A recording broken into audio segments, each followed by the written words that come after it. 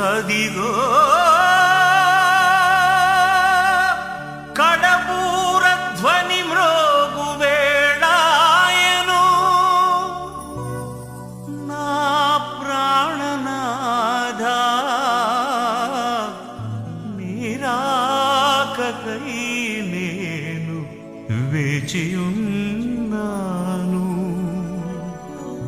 నా జీవదాత నా జీవదాత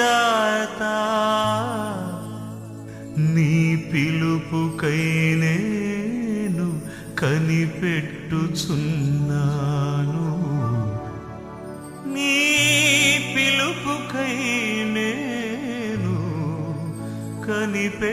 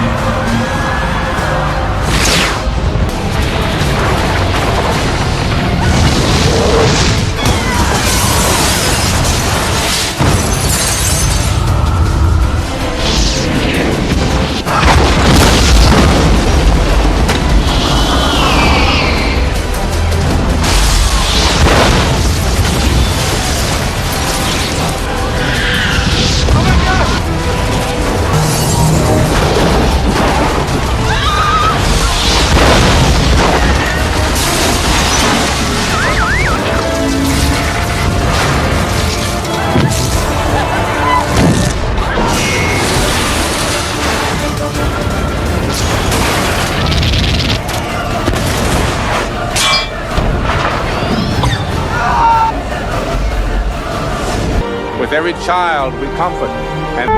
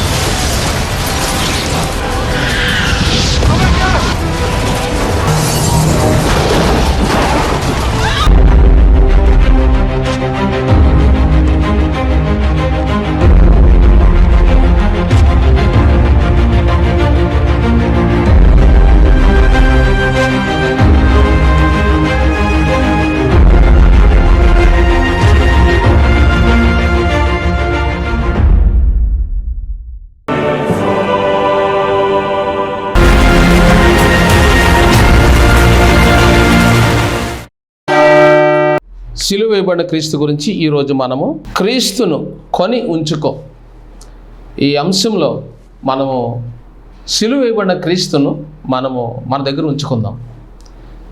సిలువ మన జీవితానికి విలువ తెస్తుంది. సిలువే మనకు పాపక్షమాపణ తెచ్చింది. సిలువ ద్వారాగా మనకు నిత్యశాంతి, సిలువలో సమృద్ధి జీవం, సిలువలో మోక్షానికి ప్రవేశం, సిలువలోనే మనకి నిజమైన నిరీక్షణ. ఈ నిరీక్షణ మనకు సిగ్గు కలగనివ్వదు. యేసుక్రీస్తు సిలువ యందు ఎవరైతే నిరీక్షణ ఉంచారో వాళ్ళు సిగ్గుతో తలదించవలసిందే. సిలువ నిజ నిరీక్షణ, ఇదే మన జీవితాలకు విలువ తెచ్చింది. సిలువ లేనిది విలువ లేదు. విలువ లేనిదే ఏదైనా అది విలువ లేనిదే. సిలువ ఉంటేనే నీ జీవితానికి విలువ. సిలువ అనగా శ్రమ. శ్రమల్లోంచి వెళ్ళిన వారికే నిత్య శాంతి. ఈరోజు మన బైబిల్ గ్రంథంలోంచి మత్తయి సువార్త 27వ అధ్యాయం, మత్తయి సువార్త 27:59 వచనాన్ని నేను చదువుతున్నాను. యోసేపు ఆ దేహంను తీసుకొని శుభ్రమైన నార బట్టతో చుట్టి తాను రాత్రిలో తొలిపించుకొనిన క్రొత్త సమాధిలో దాన్ని ఉంచి సమాధి ద్వారమునకు పెద్ద రాయి పొర్లించి వెళ్ళిపోయెను.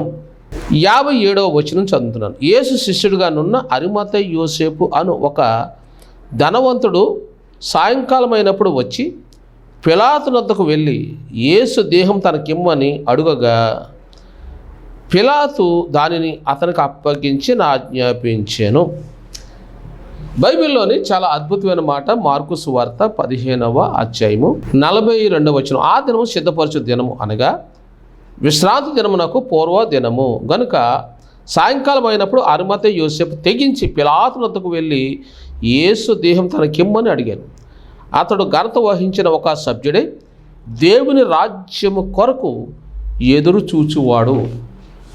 ఈ మార్కు సువార్తలో, మత్తయి సువార్తలో చాలా అద్భుతమైన విషయాలు ఇందులో రాశారు. దాని గురించి మనము ధ్యానం చేద్దాం. ఈరోజు మనము యేసు ప్రభు యొక్క సిలువ గురించి మనం ధ్యానం చేస్తున్నాం. ఈ సిలువ సందేశం ఎక్కడైతే ప్రకటించబడుతుందో, ఈ వాక్యాన్ని ఎవరైతే వింటారో వారు రోగముల నుంచి విడుదల పొందుదురుగాక. ఆమేన్. వారు ఎవరైనా సరే వారి సమస్యల నుంచి వారు విడుదల పొందుతారు. వారు ఆత్మశాంతి లేక బాధపడుతున్నారా? అశాంతిపరిచే సాతాను శక్తుల నుంచి విడుదల. మీరు రోగుల, మీకు స్వస్థత. నువ్వు అప్పుల చేత ఉన్నావా? నువ్వు ఆర్థికంగా సహాయం పొందబోతున్నావు. సంతానం లేమిలో ఉన్నావా? దేవుడు నీకు సంతానం అనుగ్రహించును గాక. ఈ శిలువ సందేశం అన్ని ఆటంకాల నుంచి, అన్ని సమస్యల నుంచి నిన్ను విడిపించి నిన్ను నిత్య జీవలో, నిత్య శాంతిలో, నిత్య రాజ్యంలో, వెలుగులో నిన్ను నింపునుగాక. ఇక్కడ అరిమతయి యోసేపు గురించి మనం ధ్యానం చేస్తున్నాం. ఇందులో ఒక అద్భుతమైన మాట వ్రాయబడింది. అది ఏమిటి అని అంటే చూడండి, మళ్ళీ చదువుతున్నాను, దయచేసి మీరు గమనించండి. మత్తయి సువార్త 27వ అధ్యాయం 57 వచనం. యేసు శిష్యుడుగా నున్న అరిమతయి యోసేపు. అంటే యేసుప్రభు శిష్యులు 12 మంది కదా. ఇక్కడేంటి ఇలా రాస్తుంది చివరిలో? 12 మంది శిష్యులు మొదటి నుంచి ఉన్నారు. ఎప్పుడైతే యోహాను చేత బాప్తిసం పొందారో యేసుప్రభు వారు, అప్పుడు 12 మంది శిష్యులు వచ్చారు. కానీ ఈ అరిమతయి యోసేపు శిష్యుడు అనే పదము మనకు బైబిల్లో ఎక్కడా కానరాదు. నిజం తెలుసుకోవాలనుకుంటే ఈ శిష్యుడు ఎక్కడి నుంచి ఆరంభంలో ఉన్నాడు? ఈయన యేసుక్రీస్తు పశువుల పాకలో ఉన్నప్పుడే క్రిస్మస్ దినాన్న యేసు తెర వెనకాల అరిమతయి యోసేపు ఉన్నాడు. యేసు పుట్టినప్పుడే యేసును కనుగొన్నాడు, కానీ అది ఎవరికీ తెలియదు. మరి ఇప్పుడేంటి ఆకాశంలో పిడుగు పడినట్లు అకస్మాత్తుగా ఈ అరిమతయి యోసేపు ఇక్కడ కనబడుతున్నాడు? ఎందుకనంటే ఇక్కడ జరిగిన దానికి అక్కడ జరిగిన దానికి తేడా ఉంది. ఇప్పుడు వరకు యేసుప్రభు 12 మంది శిష్యులు అద్భుతాలు చేశారు. అందులో ఒకడు యేసును అప్పగించడం మనం నేర్చుకున్నాం. ఈ విషయాలు ఎన్నోసార్లు నేర్చుకున్నాం. కానీ అసలైన విషయం ఇక్కడ ఉంది. అరిమతయి యోసేపు ఈ 12 మంది కంటే ముందే ఎంట్రన్స్లో ఉన్నాడు. యేసుక్రీస్తు పుట్టినప్పుడే ఎంట్రన్స్లోనే యేసును వెంబడిస్తూ ఉన్నాడు. ఇక్కడ ఈ అరిమతయి యోసేపు ఎందుకు కనిపిస్తున్నాడు అని అంటే యేసును వెంబడించిన వాళ్ళందరూ వదిలేశారు. కానీ ఇప్పుడు అరిమతయి యోసేపు మాత్రం యేసును ఆరంభం నుంచి అంతవరకు నమ్మకంగా ఉన్నాడు.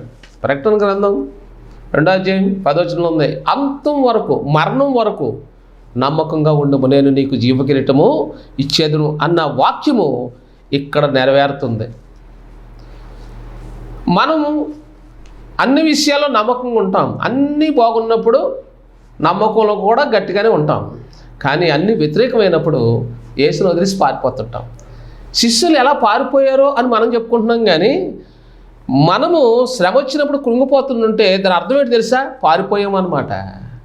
నింద వచ్చినప్పుడు, అన్యాయం జరిగినప్పుడు, కష్టాలు వచ్చినప్పుడు పారిపోవడం అంటే చాలామంది ఏడ్చేస్తుంటారు. నాకే రావాలి కష్టాలు, నాకే రావాలి బాధలు, నాకే రావాలి అవమానాలు, నేనేం పాపం చేశాను. అది పారిపోవడం అనమాట. యేసుప్రభు నమ్మే కనుక అన్ని కష్టాలేనమ్మా. ఈ ప్రాణం ఎప్పుడు పోద్దు కానీ బ్రతకడం కంటే చచ్చిపోతే ఎంత బాగుండు కదా, అది పారిపోవడం. అలా అనుకుంటారు చాలామంది. నీ బాధలు తట్టుకోలేకపోతున్నామ్మా, ఇంకెందుకులే అమ్మకి నేను చచ్చిపోతానులే, నేను రాలిపోతే ఇంకా అందరూ మర్చిపోతారు. అది పారిపోవడం, అది పిరికితనం అంటారు. అలాగని ఎవరైనా చనిపోతే పరలోకం చేరరు, అది కూడా పాపమే. ఇక్కడ అద్భుతం ఏంటంటే యేసుప్రభు దగ్గర యేసుప్రభుని వెంబడించిన వాళ్ళు ఎంతమంది? 12 మంది. ఓకే, కానీ ఇక్కడ ఒక విషయాన్ని మనం తెలుసుకోవాలి. ఏంటనంటే చూద్దాం. బైబిల్ గ్రంథంలోంచి చాలా అద్భుతమైన విషయాలు ఈరోజు మనం నేర్చుకుందాం. ఎలా నేర్చుకుంటాము అనంటే ఇక్కడ మనం చూద్దాం. యోహాను సువార్త 19వ అధ్యాయము 25వ వచనం. ఈ 25వ వచనంలో 3 స్త్రీలు నిలబడి ఉన్నారు. యేసు ప్రభు శిలువలో ఉన్నాడు, 3 స్త్రీలు దగ్గరలో ఉన్నారు. మార్కు సువార్త 15వ అధ్యాయము 47వ వచనంలో 2 స్త్రీలు ఉన్నారు అక్కడ. యేసు ప్రభు బ్రతికున్నప్పుడేమో శిలువలో 3 స్త్రీలే ఉన్నారు, ఇంకెవరూ లేరు అక్కడ. కానీ మార్కు సువార్త 15వ అధ్యాయం 47వ వచనంలో 2 స్త్రీలు ఉన్నారు. తల్లి అయిన మరియ సలోమి ఉండేరి. చూడండి, కొందరు స్త్రీలు దూరం నుండి చూచుచుండేరి. 40వ వచనం. వారిలో మగ్దలేనే మరియు చిన్న యాకోబు యోసేపు అను తల్లియు మరియు సలోమి ఉండేరి. ఇక్కడ 42వ వచనం. ఆ దినము సిద్ధపరచు దినము అనగా విశ్రాంతి దినమునకు పూర్వం దినము కనుక సాయంకాలం అయినప్పుడు అరిమతయి యోసేపు తెగించి పిలాతునొద్దకు వెళ్ళి యేసు దేహం తనకిమ్మని అడిగాను. అతడు ఘనత వహించిన ఒక సభ్యుడే దేవుని రాజ్యం కొరకు ఎదురు చూచువాడు. చూడండి, యేసుప్రభు శిలువ దగ్గరికి వెళ్ళినప్పుడు 3 స్త్రీలు అక్కడ ఉన్నారు. ఇప్పుడు బ్రతికున్నాడు ఆయన. ఆయన ఎప్పుడైతే మరణించాడో 2 ఉన్నారు. యేసు తల్లి ఉంది, సలోమి, అంటే 2 ఉన్నారు అక్కడ. ఫస్ట్లో 3 ఉన్నారు, ఆ పక్కన యోహాను ఉన్నాడు. యేసుప్రభు మరణించాక ఇంకొక 2 మిస్ అయ్యారు, 2 ఉన్నారు. కానీ 3లో ఒకళ్ళు మిస్ అయితే ఇప్పుడు అరిమతయి యోసేపు ఎంటర్ అయ్యాడు అక్కడికి. నువ్వు చేసే పని నువ్వు నమ్మకంగా చేయలేదనుకోండి, ఆ పని ఇంకొకరి చేత చేస్తాడు. నువ్వు అనుకుంటా ఆ మనిషి కరెక్ట్గా లేడండి, మా పాస్టర్ గారు అండి కరెక్ట్గా లేడండి, మా ఇంట్లో ఉండే మా ఆడ మనిషి మంచిది కాదండి, కరెక్ట్గా లేదండి అని నువ్వు అనుకున్నావు అనుకో, అంటే దాని ఉద్దేశం ఏంటంటే ఆ పని నీతో చేయించాలని దేవుని సంకల్పం ఉందన్నమాట.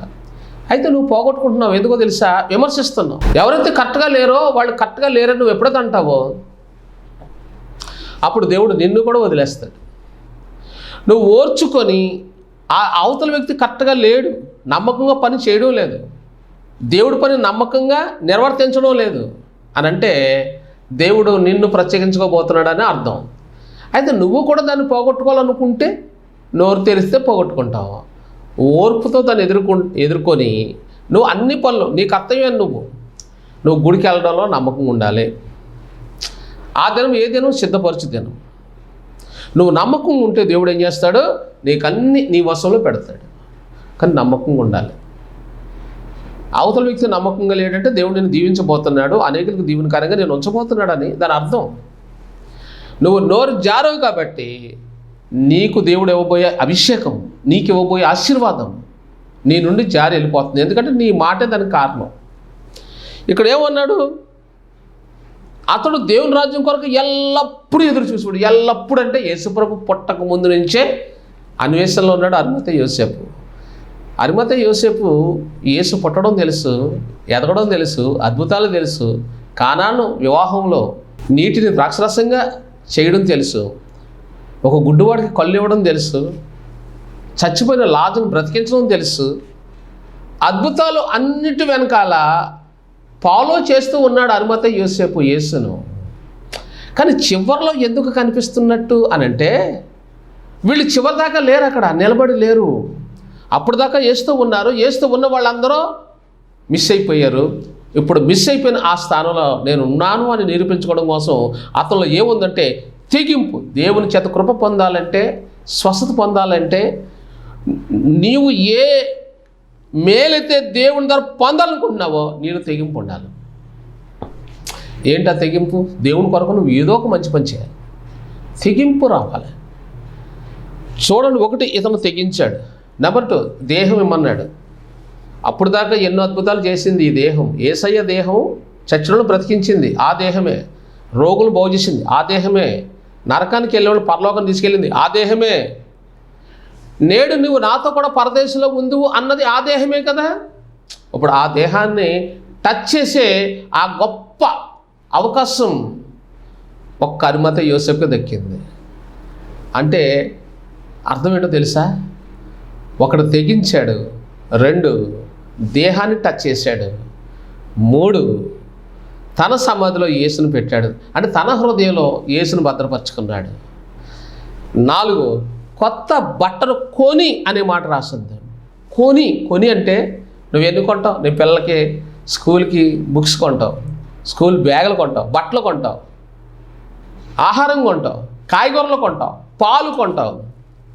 నువ్వు మార్కెట్కి వెళ్తే రోజు ఎన్ని కొంటున్నావు? నీ కోసం ఎన్ని కొంటావో నీ కుటుంబం కోసం. కానీ యేసు కోసం నువ్వేం కొన్నావు అని దేవుడు నీకు ఇవ్వడానికి? నీకు ఏదో కావాలన్నా కదా, నీకు ఒక బిడ్డ కావాలండి, ఆ బిడ్డను కూడా నువ్వు కొనుక్కోవాలి కదా. ఇక్కడ అరిమత యోసేపు కొత్త బట్ట కొని చుట్టాడు. కొని అనే మాటలో అంటే యేసు కొరకు కొన్నాడు. ఇప్పుడు నువ్వు యేసుకి ఏమి ఇవ్వగలవు? ఇవ్వడమే కొనడం. నాకు ఒక బిడ్డ కావాలండి, నాకు గర్భఫలం కావాలి, పిల్లలు యెహోవాకు స్వాస్థ్యం గర్భఫలం ఆయనిచ్చు బహుమానం. కీర్తన 127:3 ఉందన్నమాట. పిల్లలు యెహోవాకు స్వాస్థ్యం గర్భఫలం ఆయనిచ్చు బహుమానం. ఇప్పుడు నీకు ఒక బిడ్డ కావాలండి, నువ్వు దేవుడికి ఒక 10,000 ఇవ్వగలవా అని అన్నాను అనుకోండి, నువ్వు చాలా బాధపడతాయి. ఈ పాస్టర్ గారు డబ్బు మనిషి అని అంటారు. ఇక్కడ అరిమత యోసేపు చేసింది అదే. అరిమత యోసేపు ప్రపంచంలో కోటీశ్వరుడు, ప్రపంచ కుబేర్లు కూడా అతను ముందు పనికిరారు. ప్రపంచంలో అతనికి ఉద్యోగం ఉంది, సన్నిధి సభలో ఉద్యోగం ఉంది, ప్రపంచానికి ఆలివ్ ఆయిల్ పంపించే ఆయన ఓనర్, ఆయన ప్రపంచానికి ఆలివ్ ఆయిల్ పంపివాడు ఆ రోజుల్లో. అలాంటి వ్యక్తి దేవుడి కొరకు తెగించాడు. ఇక్కడ తెగించాడు అనే మాట. యేసు ప్రభు మరణించి తిరిగి లేచాక సన్నిధి సభలో ఉద్యోగం రాజీనామా చేశాడు, తనకున్న కోట్లాది ఆశను వదిలేశాడు, క్రీస్తు కొరకు సువార్త ప్రకటించకుండా వెళ్ళిపోయి క్రీస్తు కొరకు అత్సాక్షిగా మారిపోయాడు. ఈ శిష్యుడు, అసలైన శిష్యుడు ఎవరో తెలుసండి? అరిమత యోసేపు. మీకు తెర బయట మీకు స్క్రీన్ మీద కనపడేవాళ్ళు కొంతమంది, కనపడలేని వాళ్ళే గొప్ప అద్భుతాలు చేశారు తెలుసా అండి? ఫిలిప్పు యేసుప్రభు శిష్యుడు కాదు, ఆయన సువార్థికుడైన ఫిలిప్పు. అంటే యేసుప్రభు శిష్యుల్లో ఒకడు కాదు, అతను సువార్తల్లో ఒకడు. అతను ఎన్నో అద్భుతాలు చేశాడు. స్టెఫన్ ద్వారా ఎన్నో అద్భుతాలు జరిగాయి. అతను శిష్యుడు కాదు. మరి ఫిలిప్పు శిష్యుడు కాదు, కానీ చాలా అద్భుతాలు. సమరయలో అనేక ప్రాంతాల్లో గొప్ప గొప్ప సంఘాలు కట్టాడు ఫిలిప్. తనకు 3 కూతుళ్ళు కూడా అద్భుతమైన సేవ చేశారు. వీళ్ళందరికంటే గొప్ప సేవ చేసింది అరిమత యోసేపు. అందరికంటే తొలి పరిచయము యేసు అరిమత యోసేపుకి తెలుసు యేసు. కానీ అరిమత యోసేపు బైబిల్లో ఎక్కడ కనపడ్డాడు? చివరిలో కనపడతాడు. అంటే అర్థం ఏంటి తెలుసా? ఈ లోకంలో నువ్వేం చేసినా కనపడాలని మాత్రం చేయకు. నువ్వు బట్టలు ఇచ్చినా, అన్నం పెట్టినా, కానుకలు ఇచ్చినా, ఏమి ఇచ్చినా నా పేరు ప్రకటించాలని మాత్రం నువ్వు చేస్తే నిష్ఫలం, ప్రయోజనం ఉండదు. నువ్వేం చేసినా తండ్రి అయిన దేవుడు గుర్తిస్తున్నాడని నువ్వు చెయ్యి. నేను ఈ 2025 మే నెల 2, 3, 4 సువార్త కూటాలు పెడుతున్నాను. మొన్న పెట్టాను 4 రోజులు. మార్చి నెల 9, 10, 11, 12 4 రోజుల్లో మీటింగ్స్ పెట్టాను. లక్షలాది డబ్బును ఖర్చు చేశాను. దేవుడికి తెలుసు. చాలామంది రక్షించబడ్డారు. అంతగా సహకరించలేదు, అంతంత మాత్రమే కానుకలు వచ్చాయి. నేను చాలా దేని స్థితిలోనే ఆ కోటలు పెట్టాను. మళ్ళీ నేను మీటింగ్స్ పెడుతున్నాను. ఈ మీటింగ్స్లో నీ చెయ్య అండ్ నాకు దేవుడు ఒక బెట్ను ఇవ్వాలండి అని నువ్వు కూడా పాలు పంచుకోగలవా? ఏమంటే మీరు సువార్త ప్రకటించగలరా? ప్రకటించలేరు. సహోదరుడు నువ్వు సువార్త ప్రకటించగలవా? నీకు మంచి భాగస్వామి కావాలి కదా, నీకు ఉద్యోగం కావాలి కదా, నీ ఎగ్జామ్స్లో విజయం దేవుడు ఇవ్వాలని నువ్వు కోరుకున్నావు కదా. ఈ మీటింగ్స్లో నీవు ఒక చిన్న కానుక, నీ ఇష్టం, 1000, 2000, 5000, 10,000, నీ ఇష్టం. అది నువ్వు దేవుడికి ఇచ్చిన దాన్ని యేసును కొనుక్కోవడం అవుతుంది. యేసు దేహాన్ని కొని, ఇతను దేహం ఇమ్మన్నాడు, కొత్త పట్టు కొన్నాడు, చుట్టాడు, తన సమాధిలో పెట్టుకున్నాడు. నీ జీవితంలో యేసు జోక్యం చేసుకొని నువ్వు కోరింది దేవుడికి ఇవ్వాలంటే నువ్వు ముందుకొచ్చి ఆయన కొరకు నువ్వు ఏదోటి కొనాలి, ఇవ్వడమే కొనడం. మరి నువ్వు తెల్లారాక కొట్టు దగ్గరికి వెళ్ళి ఎన్ని కొంటావు? ఏమండే, పాలు ప్యాకెట్ కొనవా? బట్టలు కొనుక్కోవా? చెప్పులు కొనుక్కోవా? మీ వాళ్ళకి ఎన్ని కొన్నావు? నీకెన్ని కొనుక్కున్నావు? తల మీద రింగులు ఎన్ని కొన్నావు? నువ్వు కొనంది ఏది నీ ఇంటికి రాదు. నువ్వు బయటికి వెళ్ళి ప్రతి దినము ఎన్నో కొంటావు. నీ కోసం, నీ పిల్లల కోసం, నీ కుటుంబం కోసం, అమ్మ కోసం, నాయన కోసం, నీ ఫ్రెండ్స్ కోసం నువ్వు ఎన్ని కొన్నావు? నెల దాటింది, యేసు కోసం నువ్వేం కొన్నావు? ఏం కొన్నావు? కొనడం అంటే ఏమి ఇచ్చావు? వాళ్ళకైతే కొన్నావు, కానీ నువ్వు యేసుకి ఏం కొనలేదు. అందుకే యేసు నీకేమి ఇవ్వలేదు. నీకు ఉద్యోగం ఇవ్వలేదు, అడిగావు, ఉద్యోగం ఇవ్వలేదు, ఎందుకంటే నువ్వు కొనలేదు. నువ్వు యేసుకి ఏమి ఇవ్వలేదు కాబట్టి నీకు ఉద్యోగం రాలేదు. నీ పరీక్షల్లో నువ్వు పాస్ అవ్వాలా? నువ్వు దేవుడికి ఏమి ఇస్తావు? నీకు బిడ్డలు కావాలి, నువ్వు ఏమి ఇస్తావు? అంటే ఏం కొంటావు? నీకు ఆరోగ్యం కావాలి, కొనుక్కో. ఆరోగ్యం కావాలి, మరి హాస్పిటల్కి వెళ్తావు కదా, మరి హాస్పిటల్లో మందులు కొనవా? హాస్పిటల్లో మందులు కొంటావు, ట్యాబ్లెట్స్ కొన్నావు. మొన్న ఓపీలో డబ్బులు కట్టావు, డాక్టర్ గారి ఫీజు కట్టావు, ఆపరేషన్ డబ్బు అయ్యింది, లక్షలు ఖర్చు అయింది, మెడిసిన్ మందులు తెచ్చుకొని రోజు ట్యాబ్లెట్లు వాడుతున్నావు. ఇవన్నీ కొంటేనే జరుగుతున్నాయి. నీ జీవితంలో నీ ఆరోగ్యం కోసం మందులు కొంటావు, నీ పిల్లల కోసం ఆహార ధాన్యాలు కొంటావు, రైస్ కొంటావు, పాలు ప్యాకెట్ కొంటావు, ఫ్రూట్స్ కొంటావు, కాయగూరలు కొంటావు, బట్టలు కొనుక్కుంటావు, చెప్పులు కొనుక్కుంటావు, అన్నీ కొంటావు, అందరికీ కొంటావు. కానీ ఈరోజు ఈ వాక్యం ఏం చెప్తుందో తెలుసా? నీవు ఆయన కొరకు ఏమి కొన్నావు అంటే నీవు తెగించి ఆయనకు నువ్వేమి ఇవ్వలేదు. అందుకని నీ ప్రార్థన ఆయన అంగీకరించడం లేదు. గుర్తుపెట్టుకో. ఒక్కసారి ఈ వాక్యం వింటున్న నీవు ఆలోచించు. నువ్వు యేసుకు ఏమి ఇచ్చావు అంటే ఏమి కొన్నావు? చాలామంది కూటం పెట్టించుకుంటారు, కానీ ఏమండి ఒక అరడని యాపిల్స్ కానీ, ఒక డజన్ అట్టుపళ్ళు కానీ, ఒక కేజీ ద్రాక్ష పళ్ళు కానీ పెట్టరు బల దగ్గర. పాపం అండి అది. ఎందుకు కూటం పెట్టించుకున్నారో అర్థం అవుతుంది. దేవుడి మీద ప్రేమ ఉందా వీళ్ళకంటే లేదు. నువ్వు ఎప్పుడన్నా ప్రార్థన పెట్టించుకునేటప్పుడు ఒక 4 యాపిల్స్, ఓ 4 దానిమ్మ పళ్ళు, ఒక కేజీ ద్రాక్ష పళ్ళు, ఒక అర డజన్ లేదా 7 రకాల ఫ్రూట్స్ కొని ఆ బల మీద పెట్టి నేను క్రీస్తుకి ఇస్తున్నానని కొని అక్కడ ఇట్టావా ఎప్పుడన్నా? అది నీ జీవితంలో ఆశీర్వాదాలు తెచ్చి పెడుతుంది, ఆర్థికంగా నిన్ను బలపరుస్తుంది, ఆరోగ్యం తెచ్చి పెడుతుంది, నీ కన్నీళ్ళు నచ్చగా మార్చేస్తుంది. నువ్వు అలా చెయ్యవు. మాకు ఎవరు చెప్పలేదండి. ఎందుకు చెప్పాలి? చెప్పకుండానే నీ పిల్లలకి మరి బట్టలు కొన్నావు. దేవుడి దాకా వస్తే చెప్పాలా, పాస్టర్ గారు చెప్పాలా, నీకు ఆలోచనలోకి రావాలి కదా. మొన్న ఒక ఆయన మా దగ్గర పక్కన ఉంటారు, ప్రార్థన పెట్టారు. ఆయన నాకు చాలా దానిమ్మకాయలు తెచ్చి ఇచ్చారు, చాలా ఫ్రూట్స్ పెట్టాడు. ఆయన మంచి అరటిపళ్ళు, మంచి ఫ్రూట్స్ తెచ్చి అక్కడ పెట్టాడు. నేను చాలా తిన్నాను, నేను సంతోషపడ్డాను, దేవుడు స్తుతించాను. సేవకుడు నీ ద్వారా సంతోషిస్తున్నాడా, దుఃఖపడుతున్నాడా? నీ మాట వల్ల సేవకుడు దుఃఖపడుతున్నాడా? నీ కష్టార్జితం వల్ల సేవకుడైనా లబ్ధి పొందుతున్నాడా అనేది దేవుడు చూస్తుంటాడు. నువ్వు దశంభాగం ఇవ్వు, దేవుడు నీకు ఎలా సహాయం చేస్తాడు? నీకు వచ్చింది నీకే సరిపోదని అంటావు, అందుకని నీకు పాపం. దేవుడికి ఇవ్వాల్సింది ఎవరైతే ఎవరో. చోనాం దామస్ అనే సహోదరికి పరలోకానికి రమ్మన్నాడు ఆయన. దామస్ అనే సహోదరి పరలోకానికి వెళ్ళింది మొన్న ఇటీవల.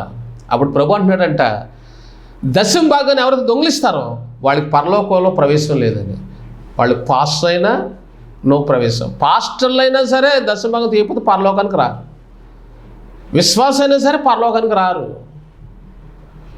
7 షరతులు అందులో చెప్పాడు ప్రభు. 7 షరతులు ఏంటంటే, 1 సువార్త ప్రకటించాలి. 2 లేచిన ముందు బైబిల్ బాగా చదవాలి. 3 అనేకుల కొరకు కన్నీళ్ళతో విజ్ఞాపన చేయాలి. 4 సువార్త ప్రకటించాలి. 5 సంఘంలో నమ్మకంగా ఉండాలి. 6 పరిచయం చేయాలి, సంఘంలో పరిచయం చేయాలి. 7 దైవజనుడికి సంఘానికి నా విధుల పట్ల లోబడి ఉండాలి.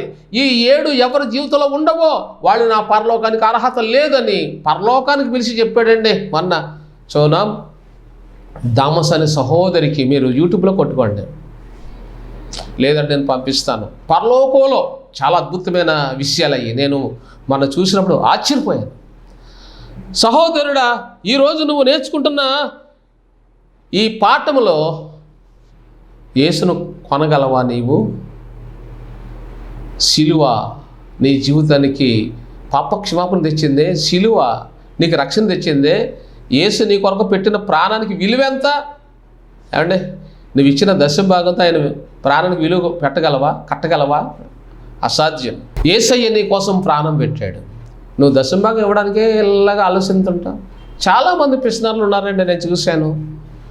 వాళ్ళు దశమ భాగం ఇవ్వరు, కూటాలకి సహకరించరు, సువార్త ప్రకటించరు, బైబిల్ మీద దృష్టి పెట్టరు, ఎప్పుడు తిన్నామా లేదా ఇదే చూసుకుంటారు. చాలా దౌర్భాగ్యం అండి అది. ఇక్కడ చాలా అద్భుతమైన విషయాలు మనం నేర్చుకుంటున్నాం. ఇక్కడ మనం నేర్చుకుంటున్న ఈ విషయాల్లో అరిమతయి యోసేపు అంటే మొదటి శిష్యుడు, అంతవరకు ఉన్న శిష్యుడు. ప్రకటన గ్రంథం 3వ అధ్యాయం 10-11 వచనాలు, మరణం వరకు నమ్మకంగా ఉండు. అదే 2వ అధ్యాయం 10 వచనంలో కూడా మరణం వరకు నమ్మకంగా ఉండుము, నేను నీకు జీవకిరీటం ఇచ్చేదని అన్నాడు. ఆ వాక్యము అరిమతయి యోసేపు జీవితంలో నెరవేరింది. మరొక అద్భుతమైన మాట హెబ్రీ 12:3లో, తిరస్కారం అంతయు ఓర్చుకొనిన ఆయనను తలంచుకొనుడి. ఎవరిని తలంచుకోవాలి?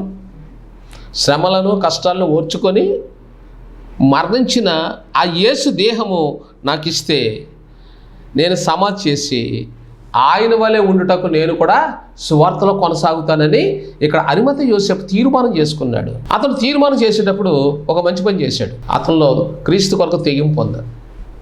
2 సమర్పణ ఉంది. సమర్పణ తెగింపు 2 ఒకటే.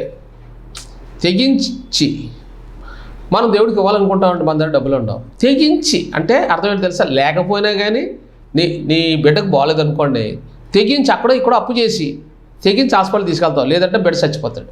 ఏం చేస్తావు? తెగింపు. అమ్మ సీరియస్గా ఉందనుకోండి, నువ్వు తెగించి వైద్యం చేయిస్తావు. నీకు ఒంట్లో బాగోలేదు, తెగించి, నీ దగ్గర డబ్బులు లేవు కానీ తెగించి ఏం చేస్తావు? వైద్యం చేయించుకుంటావు. ఎందుకని?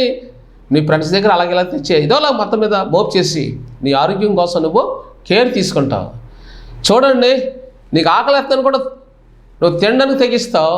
నీ పిల్లలు బాగోలేదని కూడా తెగించి వాళ్ళకి వైద్యం చేస్తావు. నీ ఫ్రెండ్స్కి అక్కడ మ్యారేజ్ జరుగుతుందంటే తెగించి నువ్వు వెళ్ళి కట్నం చదివిస్తావు. నీ ఇంట్లో ఎన్ని ఆటంకాలు వచ్చినా సరే తెగింపు ఉంటుంది. కానీ దేవుడి దగ్గరికి వచ్చినప్పుడు నా దగ్గర లేవండి, ఎక్కడిని తేమంటారు? ఎక్కడిని తేవాలే? అదే నీ పాపం, అదే నీ దోషం, అదే నీ జీవితంలో శాంతిని దొంగిలిస్తుంది. అశాంతి చీకటిని నీలో పొందుపరుస్తుంది. ఆ చీకట్లోంచి వచ్చేదే అప్పులు, ఆ చీకట్లోంచి వచ్చేదే రోగాలు, ఆ చీకట్లోంచి వచ్చేదే మానసిక ఒత్తిళ్ళు, గొడవలు. నీ భార్య నీ మాట ఎందుకు ఎంటలేదో తెలుసా? నీలో తెగింపు లేదు. మీ బ్రదర్స్ నీ మాట ఎందుకు ఎంటలేదో తెలుసా? నీలో తెగింపు లేదు. అమ్మ ఎందుకు ఎందో నీ మాట తెగింపు లేదు నీలో. దేని తెగింపు లేదండి అని నువ్వు అంటావా?